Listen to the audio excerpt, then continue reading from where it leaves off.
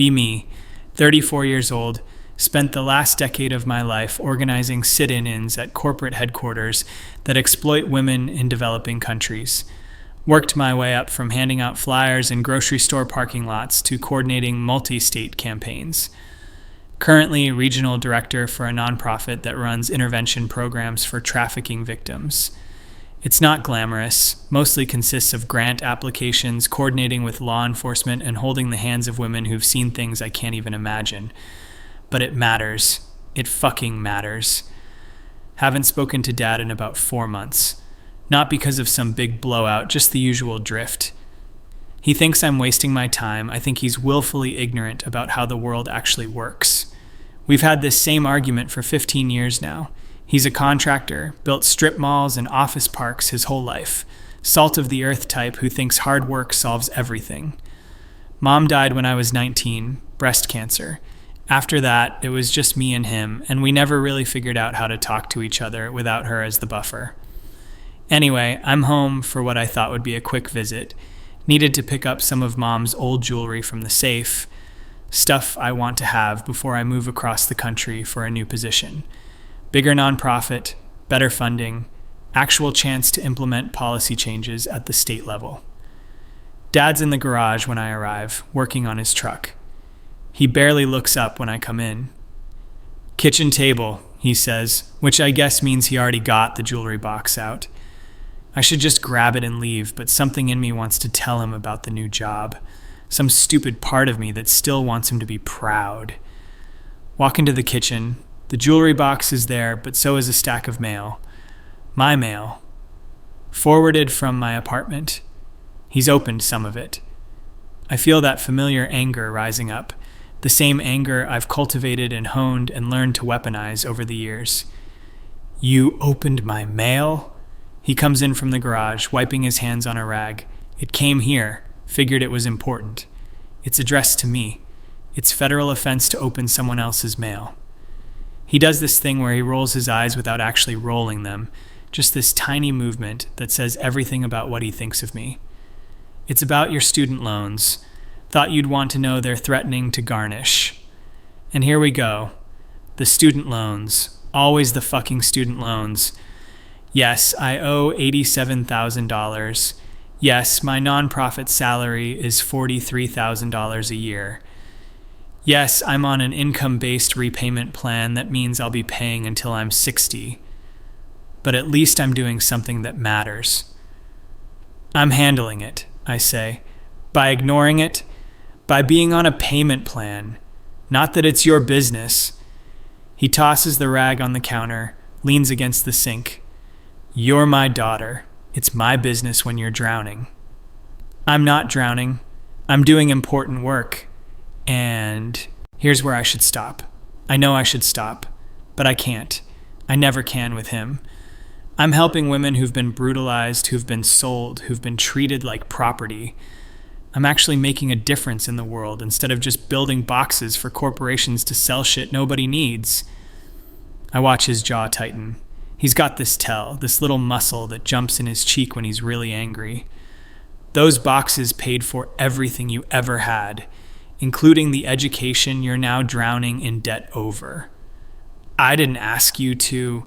No, you didn't ask. I just did it. Because that's what parents do. We sacrifice for our kids even when they don't appreciate it. The word appreciate hits different. Like I'm supposed to be grateful for the bare minimum. You think I don't appreciate it? I appreciate that you worked hard, but that doesn't mean I have to live my life according to your values. You built shopping centers? Cool. I'm literally saving lives. He laughs. Actually, laughs. It's not a nice sound. Saving lives on $43,000 a year while living in a shithole apartment with 2 roommates at 34 years old. Not everyone measures success by their bank account, Dad. No, some people measure it by how superior they can feel while accomplishing nothing. That fucking stings. He doesn't get it. He's never gotten it. I've helped place over 200 women in safe housing in the last 3 years. I've coordinated with law enforcement to shut down 2 trafficking rings. I've written legislation that's being reviewed at the state level. That's not nothing.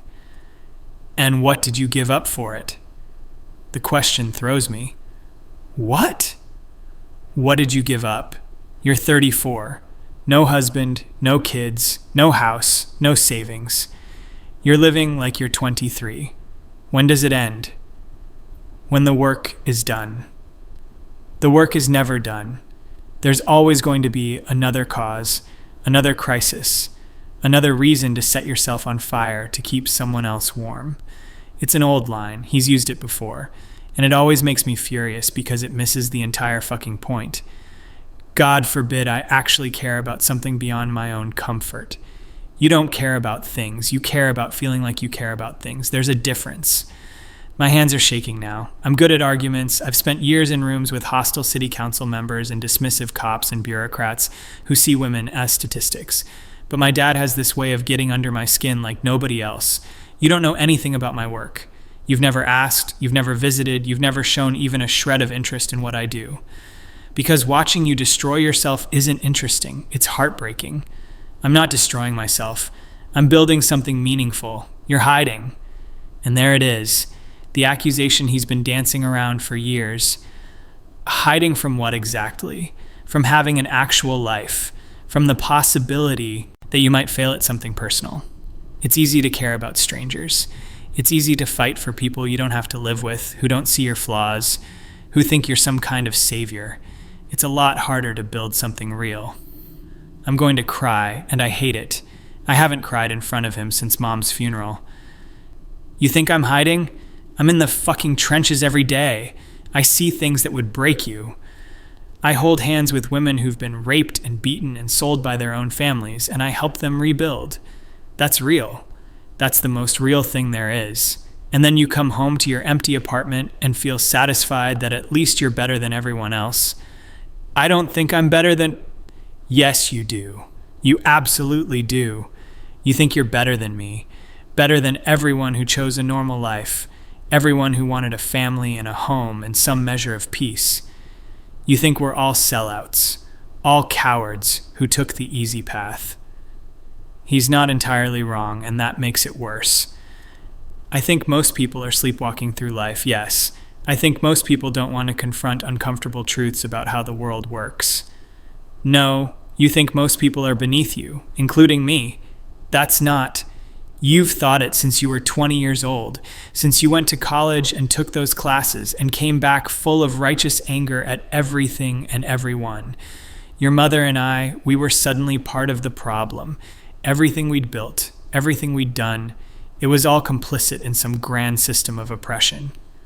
Mom wouldn't want to be dragged into this, but he keeps going. She used to cry, after you'd visit, after you'd spend the whole weekend lecturing her about ethical consumption or the patriarchy or whatever the cause of the month was. She'd cry because she didn't recognize her daughter anymore. That's a low blow. That's beneath even him. Don't you dare put words in her mouth. Mom supported me. Your mother loved you. That's not the same as supporting every choice you made. She was terrified you were going to wake up at 40 and realize you'd wasted your life trying to fix things that can't be fixed. Nothing's unfixable. That's the kind of defeatist bullshit that keeps systems in place. Jesus Christ, listen to yourself. You even talk like a pamphlet. I grabbed the jewelry box off the table. I should leave. I should just fucking leave. But I can't let him have the last word. I'm moving to Portland. I got the regional director position at Alliance Northwest. It's a $68,000 salary, full benefits, and I'll be overseeing programs in 4 states. So you can stop worrying about me drowning. I'm doing fine. I expect some kind of congratulations, some acknowledgement. Instead, he just nods slowly. Portland. Of course. What's that supposed to mean? It means you're running again. New city, new job, same empty crusade. It's a promotion. It's what people do. They advance in their careers. It's what you do. You pick up and leave every few years when things get complicated, when people start expecting something from you beyond your activism, when someone might want to actually know you instead of just admiring you from a distance. There's something in his voice now, something I haven't heard before, something that sounds almost like grief. I'm not running from anything. I'm pursuing an opportunity. You're 34 years old, and you've lived in 6 different cities in the last decade. You don't have friends, you have colleagues. You don't have relationships, you have causes. You've structured your entire life to avoid anything that might require you to be vulnerable. That's amateur psychology, and it's bullshit. When's the last time you went on a date? The question catches me off guard. That's none of your...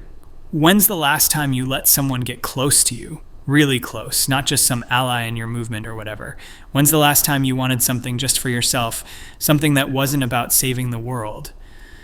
Unlike you, I don't think personal fulfillment should come at the expense of... See, you can't even answer. You deflect. Every single time. I'm gripping the jewelry box so hard my knuckles are white. I don't have time for this. I have a meeting in 2 hours. You always have a meeting. You always have somewhere more important to be. Some of us have responsibilities, and some of us use responsibilities as armor. He moves toward me, and I instinctively step back. The look on his face when I do that, it's like I've slapped him. I'm not going to hurt you, he says quietly. I didn't say you were. You flinched. I didn't flinch. You flinch every time anyone gets too close. Physically, emotionally, you've been doing it for years. This whole conversation has spun out of control. I came here for a box of jewelry, and somehow we're excavating my entire psychology. I'm leaving. Of course you are. I'm halfway to the door when he says it.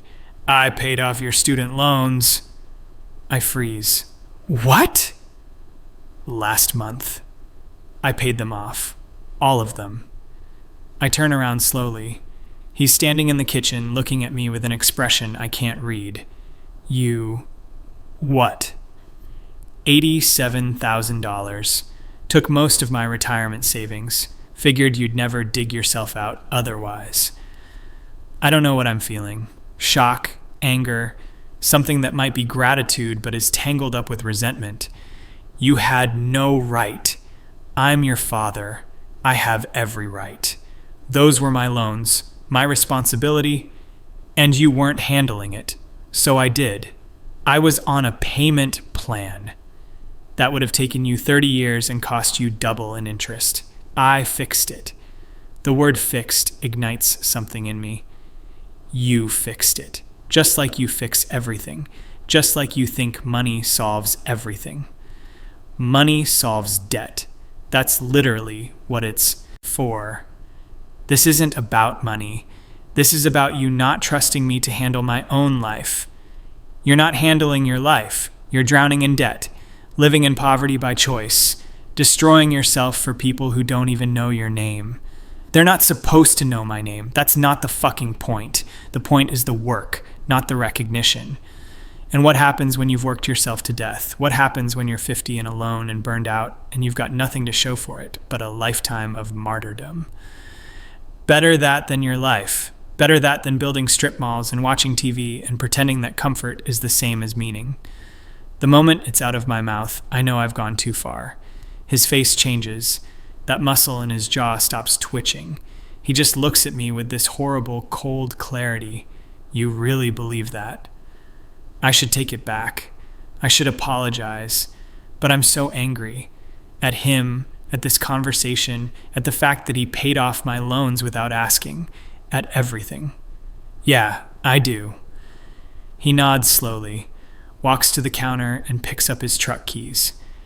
Dad. I spent 30 years breaking my back so you could have everything I didn't. Your mother and I, we lived in a 1-bedroom apartment for 5 years, saving money so we could buy a house in a good school district. I worked 60-hour weeks so you could go to college, so you could have opportunities, so you could be whatever you wanted to be. His voice is level, controlled. That's somehow worse than if he was yelling. And you know what? I was proud of that. I was proud that my daughter was going to have choices I never had, that she was going to do something important with her life. He turns to look at me, but somewhere along the way, You decided that the life your mother and I built wasn't just different from what you wanted. It was worthless. We were worthless. Our struggles, our sacrifices, the home we made, the love we tried to give you, all of it was just evidence of our moral failure. I never said, you didn't have to say it. You've been saying it for 15 years in every choice you've made, every time you looked at me with that expression that says you're disappointed in who I turned out to be. My own daughter, disappointed in me because I chose a normal life instead of a noble one. Tears are running down my face now. I can't stop them. That's not fair. You want to know what's not fair? I'll tell you. He sets the keys down. His hands are shaking.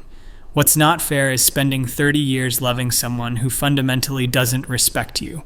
What's not fair is watching your daughter turn herself into someone you don't even recognize in pursuit of some impossible standard of moral purity.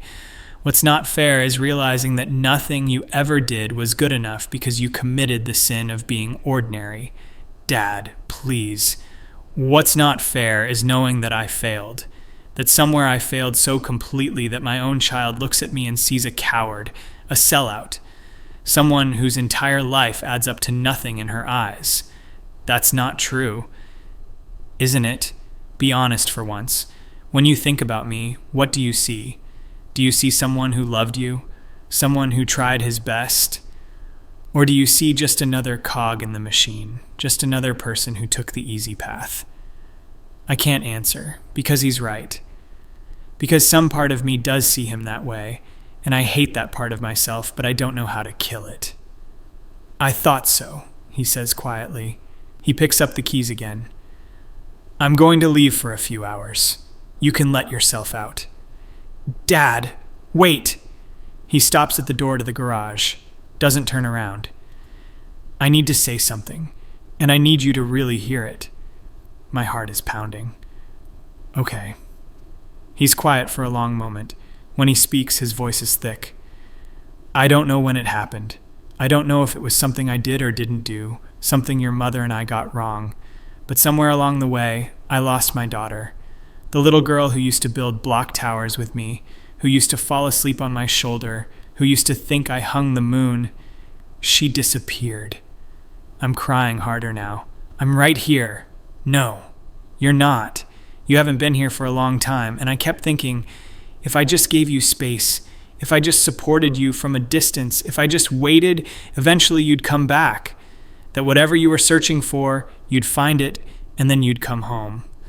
He's crying now too. I can hear it in his voice, even though his back is to me. But you're not searching for anything. You're running away, and I can't watch it anymore.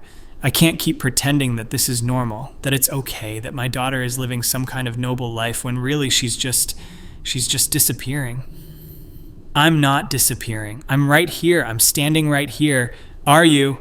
Because I look at you and I see a stranger. I see someone who's so wrapped up in being righteous that she's forgotten how to be human. Someone who's so afraid of being ordinary that she's made herself into nothing. Into a cause without a person behind it. The words are like a physical blow.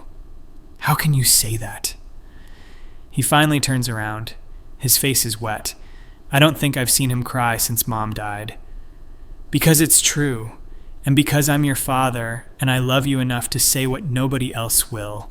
You've carved out everything that makes you human and filled it with ideology. You don't have friends, you have allies. You don't have passions, you have causes. You don't have love, you have solidarity. And you've convinced yourself that's enlightenment when really it's just emptiness. You don't understand.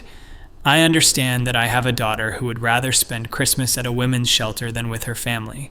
I understand that I have a daughter who hasn't called just to talk in 3 years. I understand that I have a daughter who looks at me with barely concealed contempt because I chose to build a life instead of fight a war. He wipes his eyes roughly with the back of his hand. And I understand that I've enabled it. I've made excuses for you. I've told myself that you're just passionate, that you're just committed, that you'll grow out of it. But you're not going to grow out of it. This is who you are now. This is who you've chosen to be. I'm fighting for things that matter, and you're losing everything that matters in the process. Don't you see that? You're so busy saving strangers that you've sacrificed every real relationship you've ever had. Your friends from high school, they've all stopped trying to reach out. Your cousins, they don't invite you to things anymore because you always say no, or you show up and lecture everyone. Me, his voice breaks. You've sacrificed me. You've sacrificed having a father because I don't fit into your worldview. I'm sobbing now, ugly crying, but I can't stop. I never wanted. What did you want? Tell me, what did you actually want from your life when you stripped away all the ideology and the crusades and the moral superiority? I can't answer, because I don't know, because somewhere along the way I stopped asking myself that question.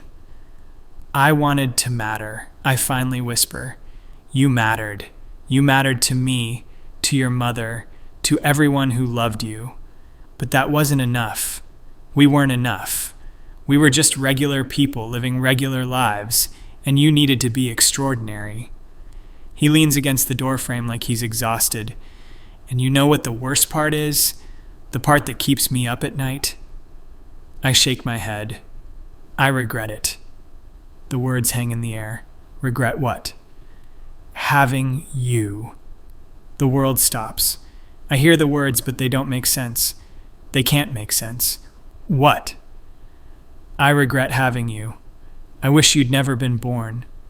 He says it so quietly, so matter-of-factly, like he's commenting on the weather. You don't mean that. I do.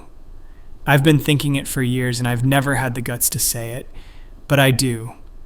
I look at what my life has become. I look at the person you've turned into, and I regret all of it. The sacrifices, the years of work, the retirement fund I just emptied to pay off your loans, all of it was a waste. I can't breathe. The room is spinning. Your mother's last year, she was so sick. She was in so much pain, and you visited maybe a dozen times.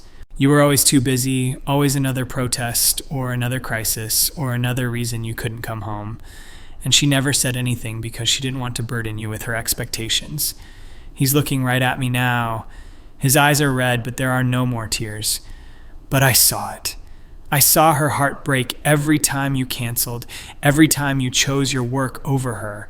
And I told myself you didn't understand, that you were young, that you'd regret it later. But you didn't regret it. You gave her eulogy and turned it into a speech about women's healthcare access. You made her death about your fucking cause. She wanted her daughter, that's all.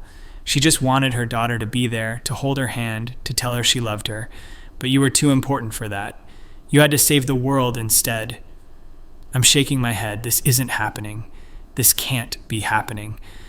And I've spent the last 15 years watching you turn into someone I don't recognize, someone I don't particularly like, and I've kept telling myself it was worth it, that you were worth it, that somewhere inside you was still my little girl.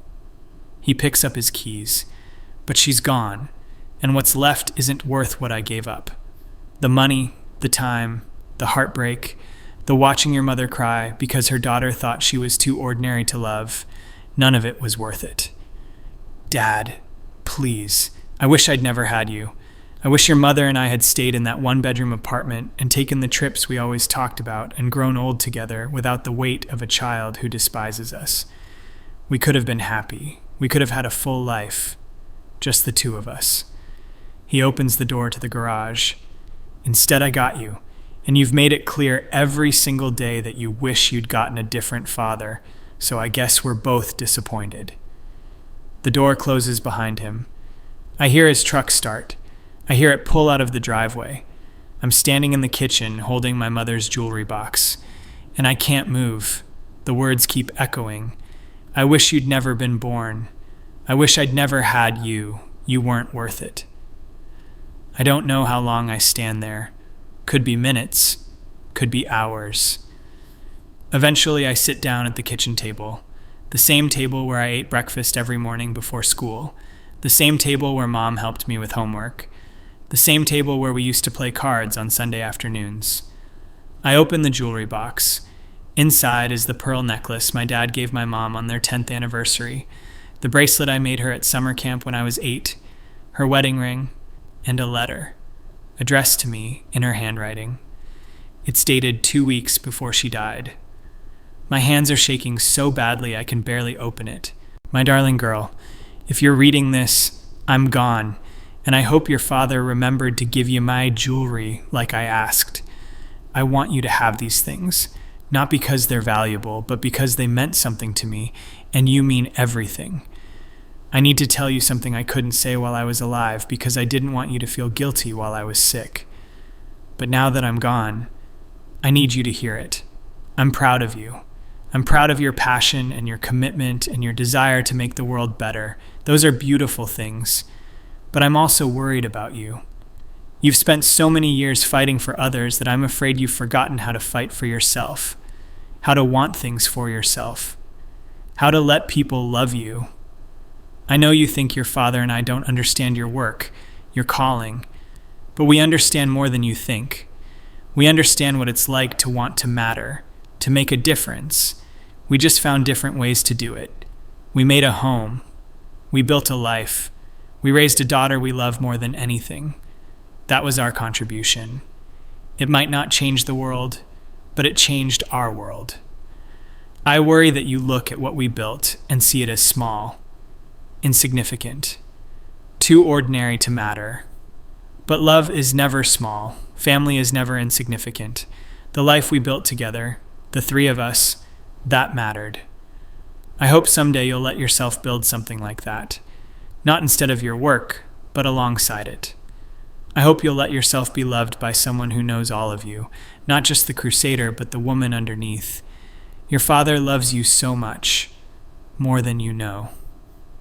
He would never tell you this, but there were times over the last few years when I'd catch him looking at pictures of you as a little girl, and he'd have this look on his face like he was mourning someone who died.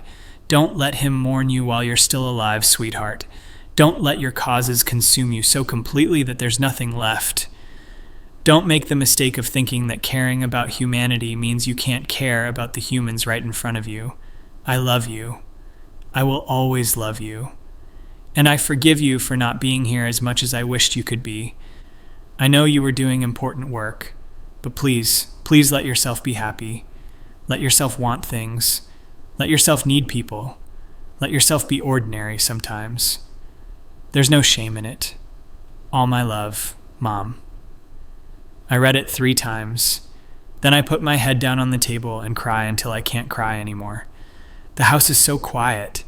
I've never noticed how quiet it is. I think about calling my dad, but what would I say? Sorry you regret having me? Sorry I turned into someone you don't recognize? Sorry I wasted your life? I look around the kitchen, at the pictures on the walls. There's one of me at 8 years old, missing my front teeth, holding up a fish I caught with Dad. I'm beaming in the picture. He's beaming too, looking at me like I'm the most amazing thing in the world. When did that change? When did I become someone he wishes never existed? I think about what he said, about Mom crying after my visits, about her wanting me there at the end and me being too busy, about turning her eulogy into activism. And the worst part is he's right. I did do that. I did choose the cause over her. I told myself it was what she would have wanted, that fighting for women's healthcare access was honoring her memory. But really, I just couldn't handle sitting with the grief. Couldn't handle being just a daughter who lost her mother. Had to make it mean something bigger. Had to make it about the work. Because the work is safe. The work doesn't require me to feel things I can't control. I think about the last 15 years. The cities, the jobs, the campaigns, the women I've helped. And I try to remember a single moment of genuine happiness. Not satisfaction, not righteous anger, not the rush of a successful protest, but actual joy. I can't remember the last time I laughed until my stomach hurt. Can't remember the last time I did something just because it was fun. Can't remember the last time I let myself want something that wasn't morally justified. I've been so focused on being good that I forgot how to be human. My phone buzzes. It's my boss, asking if I've signed the contract for the Portland position yet. I look at the message for a long time. Portland, another city, another fresh start, another chance to be important and necessary and righteous, another few years of intensive work and shallow relationships and noble suffering. And then what? Another city after that, another promotion, another decade of running. I think about my dad's face when he said he regretted having me, the resignation in his voice, like he was just stating a fact, like he'd thought about it so many times it didn't even hurt anymore. I wish you'd never been born. I close my eyes, and for the first time in 15 years, I let myself ask the question I've been avoiding. Was he right? Am I just empty ideology in a human suit? Have I carved out everything that made me a person and filled it with causes? Is that why I can't answer when people ask me what I want? Because I don't want anything anymore. I just fight. That's all I know how to do. I look at my mom's letter again. Don't let him mourn you while you're still alive. But maybe it's too late. Maybe I already disappeared. Maybe the person I've become isn't worth mourning. I hear my dad's truck pull back into the driveway. I should leave before he comes in. I should just take the jewelry and go. Start fresh in Portland. Pretend this conversation never happened. That's what I'd normally do. But I'm so tired. Tired of running, tired of fighting, tired of being certain about everything, tired of being alone. The garage door opens. He stops when he sees me still sitting at the table. We look at each other for a long moment. I want to say I'm sorry. I want to say he's wrong. I want to say something that will fix this. But there's nothing to say. He was right about all of it, and we both know it. I read Mom's letter, I finally say. My voice sounds strange, hollow. He nods slowly. She wanted you to have that. Wanted to wait until she thought you'd be ready to hear it. I don't think I'll ever be ready to hear it. He sits down across from me. We're at the kitchen table, like we've been 1,000 times before. But everything is different now. Everything is broken. I meant what I said, he says quietly. I don't regret saying it. I regret that it's true, but I don't regret saying it. I nod. What else can I do? I don't know how to fix this, I whisper. I don't think you can. And there it is. The truth we've been dancing around for years. Some things can't be fixed. Some damage is permanent. I'm supposed to move to Portland in 3 weeks. Are you going to? I don't know how to answer that. Because Portland means continuing to be this person I've become. This person my own father wishes never existed. But what else is there? This is all I know. All I am. I don't know. He looks at me with something that might be pity. That's the first honest thing you've said in years. We sit in silence. The afternoon light is coming through the window, catching dust motes in the air. This house used to feel like home. Now it just feels like a museum of everything I lost. I helped people, I say, and I hate how defensive I sound. The work I did, it mattered. It helped people. I'm sure it did. But it didn't help you, and it cost you everything else. He stands up, walks to the counter, pours himself a glass of water. Your mother used to say you had the biggest heart of anyone she knew, that you felt things so deeply it scared you. That's why you were always rescuing hurt animals, always defending the underdog, always fighting for fairness. He turns to look at me, but somewhere along the way, that big heart became a burden instead of a gift. So you turned it outward. You couldn't handle feeling your own pain, so you took on everyone else's instead, and you called it activism. I want to argue, want to tell him he's wrong, but I can't, because he's not. What am I supposed to do? The question comes out broken. He shakes his head. I don't know. I don't have those answers for you. All I know is that you can't keep doing this. You're going to yourself one way or another, and I can't watch that happen. So, what? You're just done with me? I've been done for a while now. I've just been too much of a coward to admit it. He sets down the glass. I paid off your loans because I needed to feel like I did something that mattered to you, like I could still be your father in some way, but we both know it won't change anything. You'll still see it as control or patriarchy or whatever framework you need to maintain your worldview, and I'll still be the disappointment you couldn't fix. He walks toward the door. You can stay here tonight if you need to. I'm going to my brother's place, but I need you gone by tomorrow. He pauses at the doorway. I'm sorry I said I wished you'd never been born. That wasn't fair. I don't regret you existing. I regret that I couldn't figure out how to reach you. I regret that I failed as a father in some fundamental way that turned you into someone who can't accept love without suspicion. Dad. But I also meant it. Because if I'd never had you, I wouldn't have spent the last 15 years watching my daughter disappear. Your mother wouldn't have spent her last year heartbroken.